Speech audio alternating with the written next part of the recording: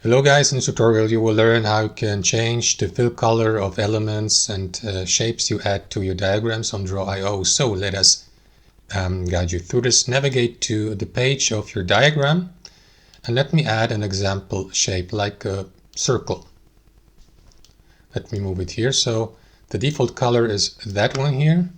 So what you want to do is click into the Style tab here in the top right corner.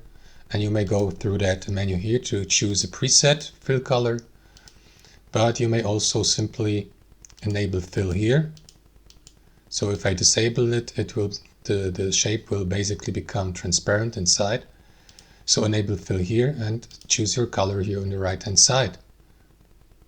Like, I don't know, this one. You may also use the hex color code here.